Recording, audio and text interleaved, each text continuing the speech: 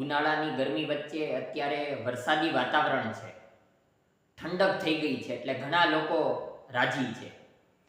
કેટલાક લોકો તો એવું પણ હાસ્ય કરે છે કે કાશ્મીરમાં અત્યારે જઈ શકાય તેવી સ્થિતિ નથી, ત્યાં તંગદિલી ભર્યો માહોલ છે.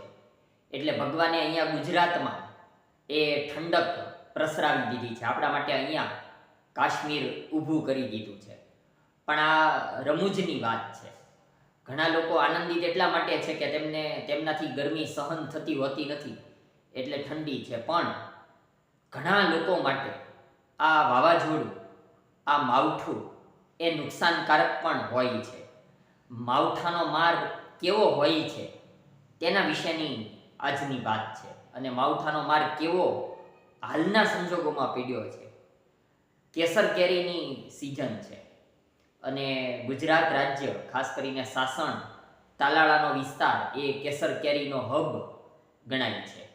હવે તો ભાવનગર જિલ્લામાં પણ સોંસિયા પંથક હોય, તળાજા પંથક હોય કે જેસર પંથક હોય, ત્યાં પણ ખૂબ બધી આંબાઓની વાડીઓ, આંબાઓના બગીચા જોવા મળે છે. એટલે મેંગો ફાર્મ અહીંયા વધતા જાય છે.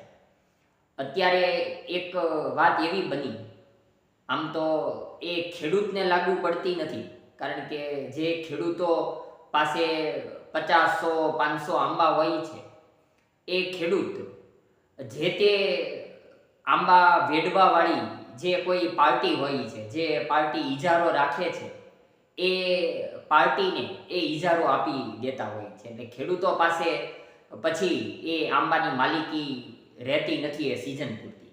અને એમાં જે આંબાની કેરી હોય છે, એ વેડવાવાળા વ્યક્તિઓ એ કેરી લઈ જતા હોય છે.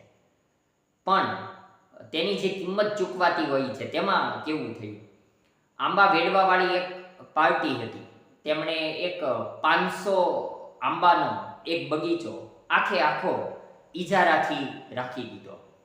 અને એ 500 આંબાનો જે બગીચો હતો, તેના માટે એ પાર્ટીએ ઇજારો રાખીને 8 લાખ રૂપિયા ખેડૂતને ચૂકવ્યા.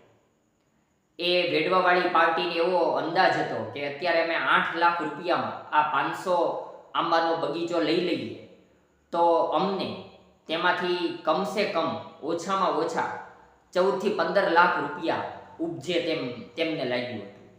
એટલે હિસાબ બધો ચૂકતે કર્યો. 500 આંબાનો બગીચો ઇજારાથી 8 લાખ રૂપિયા ખેડૂતને ચૂકવીને એ પાર્ટીએ, વેડવાવાળી પાર્ટીએ લઈ લીધો.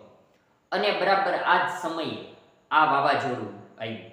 આમ તો આ વાવાઝોડા જેવું જ માવઠું હતું, કારણ કે શરૂઆતનો જે પવન હતો એમાં કેટલી બધી કેરીઓ ખરી ગઈ. અને આ તો હજી સિઝનની શરૂઆત છે. સામાન્ય રીતે એવું થતું હોય છે કે તાલાળા એ મેંગો ફાર્મ માટે તાલાળાનું માર્કેટિંગ યાર્ડ છે, એ 5મી મેથી જનરલી શરૂ થાય, એની સિઝન જ ત્યારથી શરૂ થાય. આ જ સમયે વાવાઝોડાનો સમય એટલે શરૂઆતનો તબક્કો છે, ત્યારે જ આંબામાંથી બધી કેરીઓ ખરી ગઈ.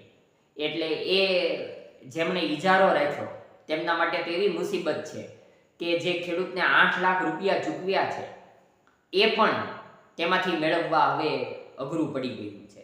એટલે માવઠાનો માર એ આવી પરિસ્થિતિ ઊભી કરી દેતો હોય છે. એટલે આપણે એવું કહેવાય છે ને કે જેને વીતે તેને જ એ પરિસ્થિતિની ખબર હોય. કેટલાય લોકોને નુકસાન થયું છે, પણ અત્યારે કેસર કેરીની સિઝન છે અને જેમણે આંબાના ઇજારા રાખ્યા વેડવાવાળી પાર્ટીઓએ, તેમને આટલી હદે નુકસાન થયું છે. નહીંતર જો અઠવાડિયે એ આંબાનો ફાલ લેવામાં આવે, એ કેરીઓ વેડવામાં આવે અને પછી જો તેનું વેચાણ થાય તો 5-7 રાઉન્ડ થતા હોય છે. અને જેમણે ઇજારો રાખ્યો છે તેમને સારા એવા પ્રમાણમાં આવક થતી હોય છે.